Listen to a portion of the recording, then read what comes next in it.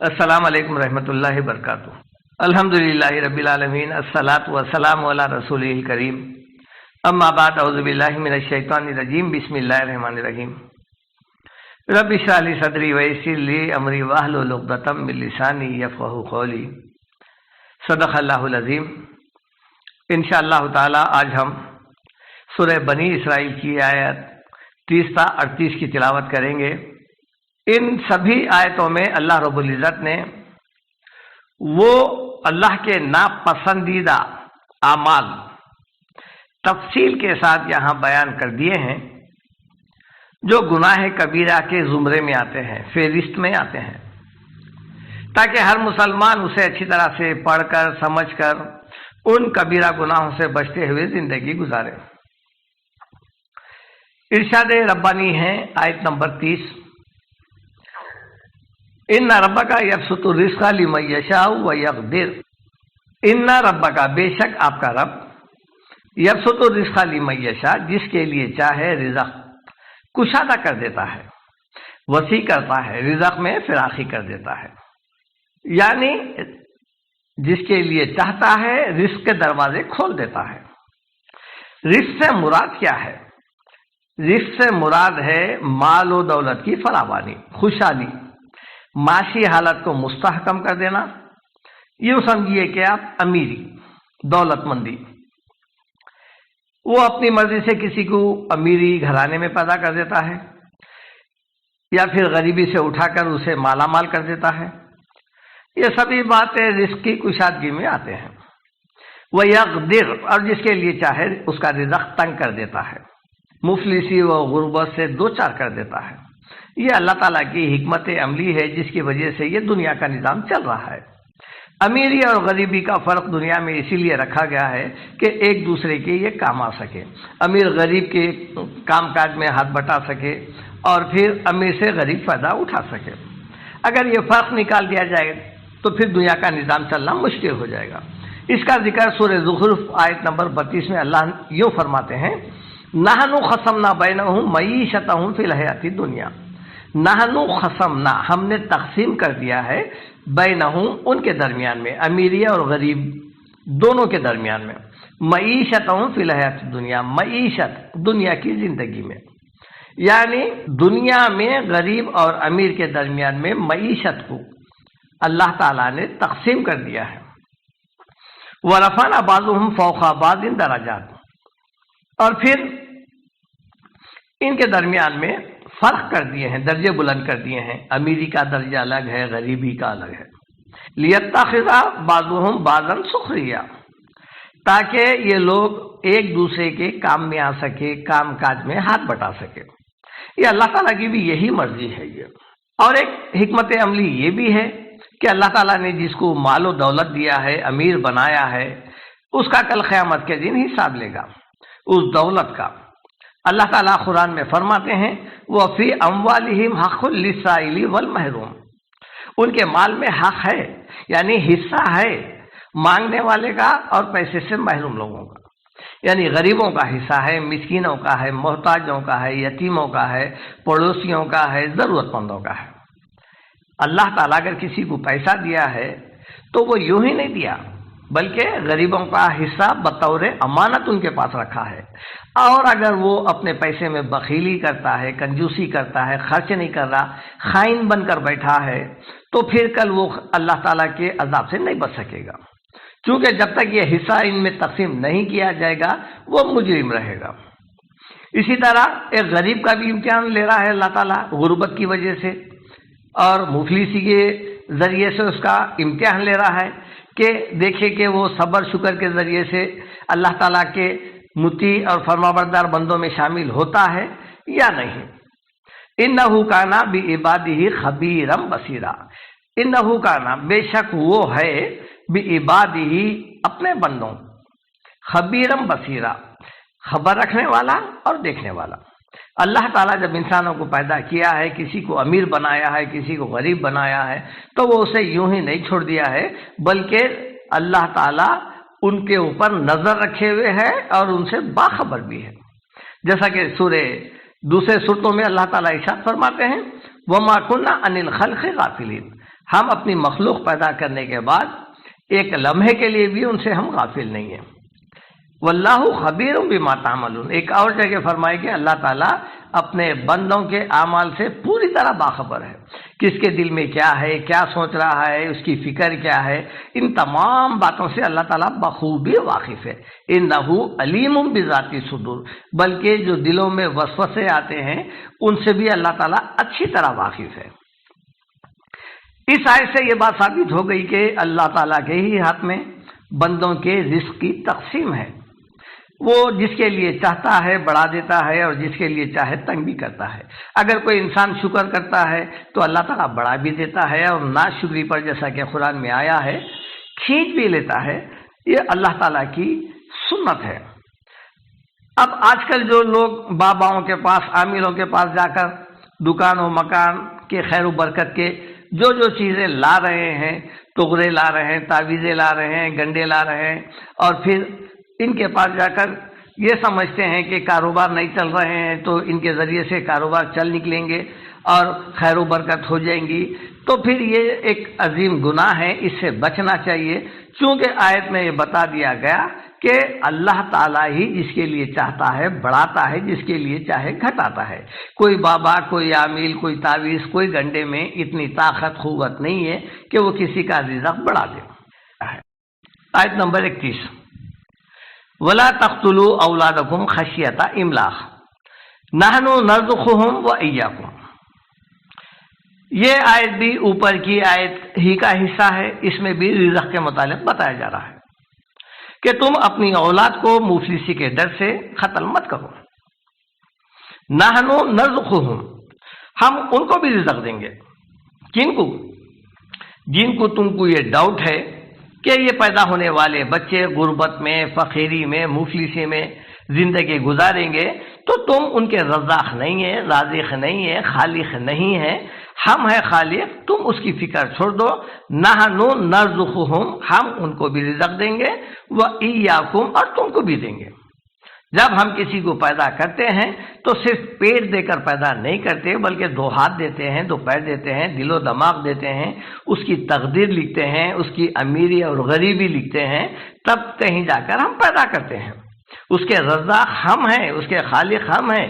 تم مفلسی کے ڈر سے ان کا قتل مت کیا کرو، جیسا کہ زمانے جاہلیت میں لوگ کیا کرتے تھے، بچے پیدا ہونے کے بعد گرا دیتے تھے، اور اس زمانے بھی اسقاط حمل کے ذریعے سے لوگ پیٹ میں پلنے والے بچوں کو گرا رہے ہیں، محض اسی لیے کہ مفلسی کے ڈر سے اور فخر و فاخر کی وجہ سے۔ اللہ تعالیٰ فرماتے ہیں نحن نرزقہم، تم فکر کرنے کی ضرورت نہیں ہے، ہم ان کے رازق ہیں، وإیاکم، جس طرح ہم تم کو رزق دے رہے ہیں۔ یہ ضروری نہیں ہے کہ ایک گھر میں 5 بچے ہیں تو 5 کے 5 غریب نکلیں گے۔ ایسے کئی مثالیں ہیں کہ 2-3 بچے کے بعد ایک بچہ دنیا میں اس قدر نام کمایا، ترقی کرا کہ سارے خاندان کو سطح غربت سے نکال لیا۔ تو تم اس مفلسی کے ڈر سے مت کیا کرو۔ دیکھو تم ان لوگوں کو دیکھو جو حشرات الارض ہے، جو چرند ہے، جو پرند ہے، جو درندے ہے، کیا وہ اپنا رزق لے کے پھرتے ہیں؟ جبکہ تم تو باشعور مخلوق ہے، اور پھر ذخیرہ اندوزی کر سکتے ہیں، کل کی سوچ سکتے ہیں، لیکن وہ بے شعور مخلوق کو دیکھو جو اپنا رزق لے کر نہیں پھرتی۔ سورہ عنکبوت آیت 7 میں اللہ تعالیٰ فرماتے ہیں وَكَأَيٍّ مِّن دَابَّةٍ لَا تَحْمِلُ رِزْقَهَا، کتنے ایسے جاندار ہیں جو اپنے ساتھ اپنا رزق لے کے نہیں پھرتے۔ اللہ رزقها وإیاکم، جبکہ اللہ ان کو بھی رزق دے رہا ہے اور تم کو بھی دے رہا ہے۔ چرند پرند کو دیکھو، آپ جانوروں کو دیکھو، اپنا رزق لے کے نہیں پھرتے ہیں۔ جب اللہ تعالیٰ ساری مخلوق کو پیدا کیا ہے تو پھر وہ رب العالمین ہے، سارے عالمین کا رب ہے، جیسا کہ اللہ تعالیٰ فرماتے ہیں وَمَا مِن دَابَّةٍ فِي الْأَرْضِ إِلَّا عَلَى اللَّهِ رِزْقُهَا، سورہ ہود۔ زمین پر چلنے والا وَمَا مِن دَابَّةٍ فِي الْأَرْضِ، زمین پر رہنے والا کوئی ایسا جاندار نہیں ہے الا مگر علی اللہ رزقها، اس کے رزق کی ذمہ داری اللہ پر ہے۔ یعنی اللہ تعالیٰ اس آیت میں بتا دیے کہ تمہارے رازق نہیں ہے، ان سب کا رزق کی ذمہ داری اللہ تعالیٰ ہے۔ یہی وجہ ہے کوئی جانور نہیں مر رہا ہے بھوک سے، کوئی چرند پرند بھوک سے نہیں مر رہا ہے۔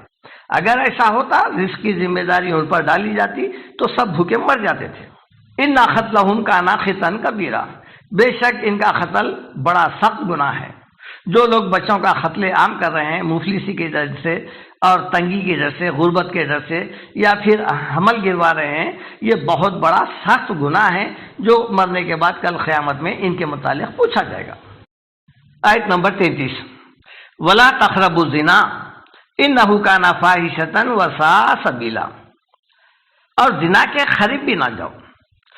زنا کے متعلق جب بھی ذکر آتا ہے تو یہی آتا ہے کہ ولا تقرب، یعنی اس کے قریب بھی مت جاؤ۔ زنا کرنا بہت دور کی بات ہے، بلکہ وہ راستے جہاں سے زنا ہونے کا امکان ہے ان سے بھی بچو، اس کے قریب بھی مت جاؤ، کیونکہ انہو کان فاحشہ، بے شک یہ کھلی بے حیائی ہے، اور وساء سبیلا، اور یہ بہت برا راستہ ہے۔ جب انسان اس راستے پر چلتا ہے تو پھر وہ گناہ کے دلدل میں اتر جاتا ہے، اور پھر زانیوں کو کئی امراض بھی لاحق ہو جاتے ہیں، اور اس سے ایڈس وغیرہ کے ذریعے سے مر بھی جاتے ہیں۔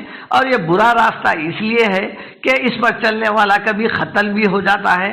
ظاہر ہے جس سے زنا کرتا ہے وہ بھی کسی کی ماں، بہن، بیوی، بیٹی ہوتی ہے، لہذا جو ہے اس میں قتل کے بھی امکانات ہے، اور یہ غلط راستہ ہے۔ شریعت میں زنا کی سزا سنگسار رکھی گئی ہے، یعنی قتل کر دینا۔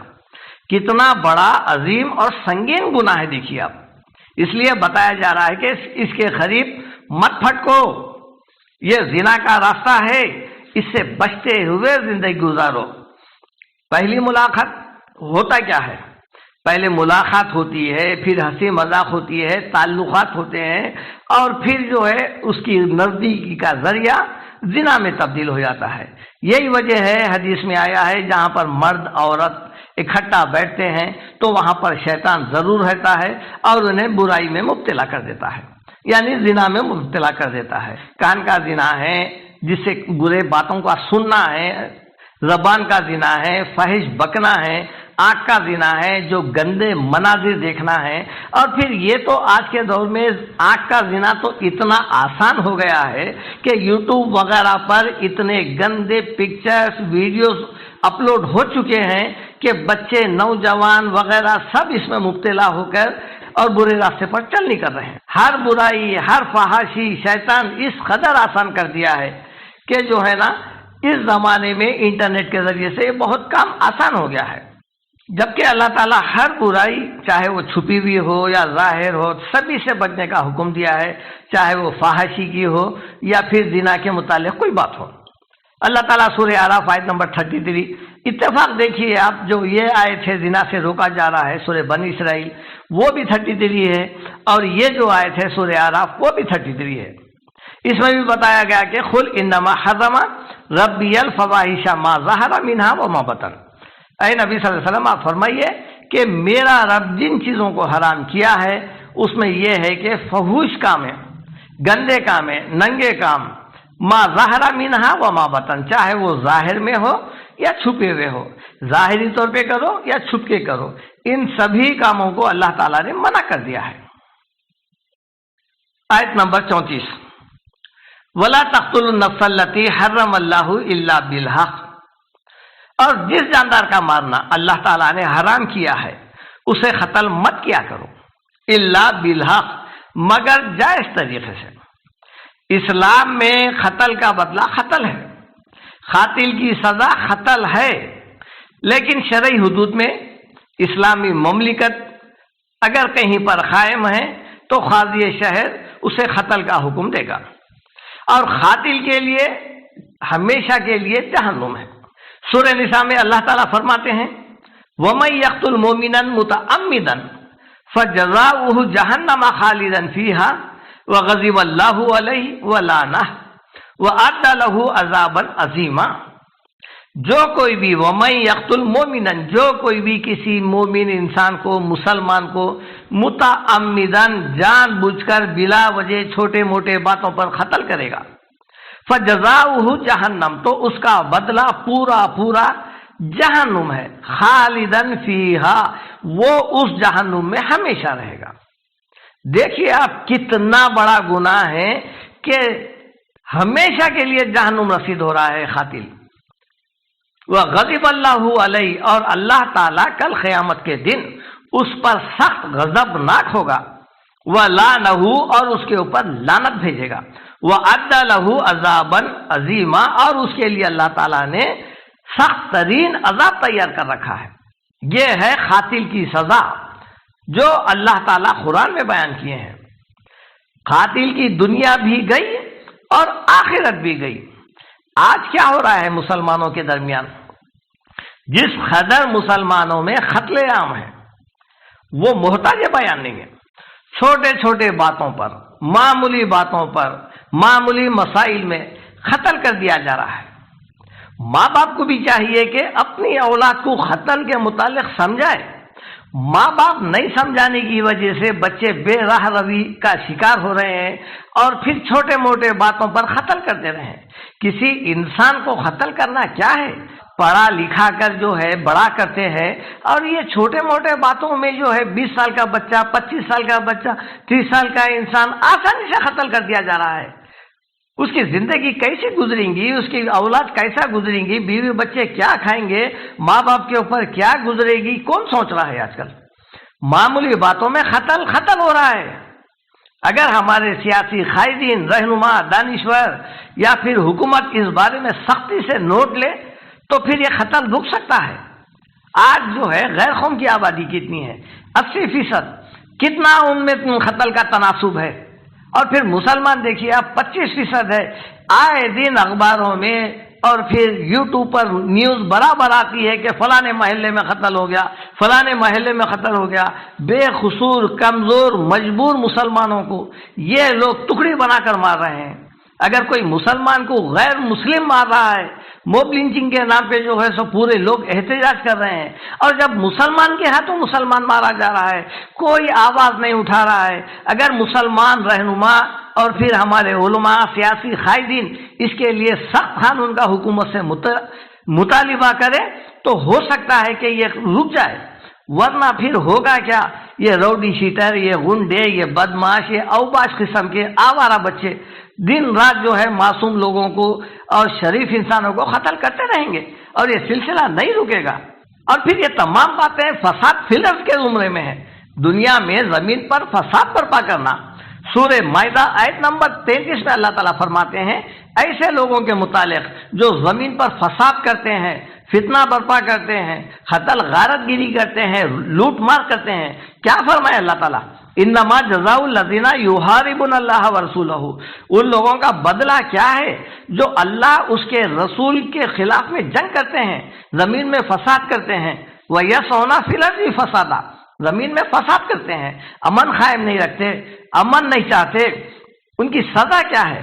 یقتلوا، کہ انہیں دردناک طریقے سے، اذیت ناک طریقے سے قتل کر دو ان کو، او یصلبوا، اور انہیں پھانسی دے دو، او تقطع ایدیہم وارجلہم من خلاف، اور ان کے ہاتھ اور پیر اپوزٹ سمت میں کاٹ دیے جائیں ان کے، او ینفوا من الارض، یا ایسے لوگوں کو شہر بدر کر دیا جائے۔ ذالک لہم خزی فی الدنیا، یہ ان کی دنیاوی سزا ہے، یہ سزا آخرت کی نہیں ہے۔ یہ لوٹ مار کرنے والوں کی، فساد کرنے والوں کی، قاتلوں کی جو سزا ہے یہ دنیا میں ہے۔ وَلَهُمْ فِي الْآخِرَةِ عَذَابٌ عَظِيمٌ، اور آخرت میں تو ان کے لیے بہت اور بڑی سزا ہے یہ، اور وہ سزا یہی ہے جو ابھی بیان کی گئی سورہ نساء میں کہ ہمیشہ کے لیے جہنمی ہے۔ معمولی باتوں پر قتل کرنا کس قدر سنگین جرم ہے، اس کی تلافی توبہ کے ذریعے سے نہیں ہو سکتی۔ آپ واپس دنیا میں جان نہیں لا سکتے، پھر آپ کی توبہ سے اس کی تلافی پھر دنیا میں نہیں ہو سکتی۔ کسی کے توبہ کر لینے سے پھر وہ مقتول واپس نہیں آ سکتا۔ پھر آگے ارشاد فرماتے ہیں وَمَنْ قُتِلَ مَظْلُومًا فَقَدْ جَعَلْنَا لِوَلِيِّهِ سُلْطَانًا، اور جو شخص ظلم کے ذریعے سے قتل کیا جا رہا ہے تو ہم اس کے وارثوں کو اختیار دیے ہیں کہ وہ ظالم سے بدلہ لے، شرعی حد میں رہ کر شرعی احکام کے مطابق۔ فلا یسرف فی القتل، اور پھر یہ قتل کے بدلے میں، دیت کے بدلے میں اعتدال سے حد سے زیادہ آگے نہ بڑھے، انہ کان منصورا، بے شک اس کی مدد کی جائے گی۔ جس کا قتل ہوا ہے اللہ تعالیٰ اس کی مدد کرے گا۔ ولا تقربوا مال الیتیم، اور یتیم کے مال کے قریب بھی مت پھٹکو، یعنی جیسا کہ اوپر کی آیت میں بتایا گیا تھا ولا تقربوا الزنا، زنا کے قریب بھی مت جاؤ، زنا کرنا تو بہت دور کی بات ہے، اس کے قریب بھی مت جاؤ۔ اسی طرح یتیم کا مال کھانا بھی بہت دور کی بات ہے، اس کے قریب بھی مت جاؤ، الا باللتی ہی احسن، اگر اچھے طریقے سے اس کی پرورش کرتے ہوئے تھوڑا بہت کھا سکتے ہیں تو اجازت ہے، حتی یبلغ اشدہ، یہاں تک کہ وہ بڑا ہو جائے تو پھر اس کا مال اسے واپس کر دو۔ وَأَوْفُوا بِالْعَهْدِ، اور اپنے وعدوں کو پورے کرو، ان العہد کان مسئولا، یہاں پر یہ بتایا گیا کہ جو جھوٹے وعدے کرتے ہیں، جو پھرانے کے لیے کرتے ہیں، ان کے متعلق کل قیامت میں پوچھا جائے گا۔ اور پھر یتیم کا مال جو لوگ کھاتے ہیں، ناحق کھاتے ہیں، ان کے متعلق بھی روکا گیا کہ ان کے قریب بھی مت جاؤ۔ آیت نمبر 35، وَأَوْفُوا الْكَيْلَ إِذَا كِلْتُمْ، اور جب تم کوئی چیز ناپ کر یا تول کر دو تو پورا کر لیا کرو، ترازو کو ٹھیک رکھ لیا کرو۔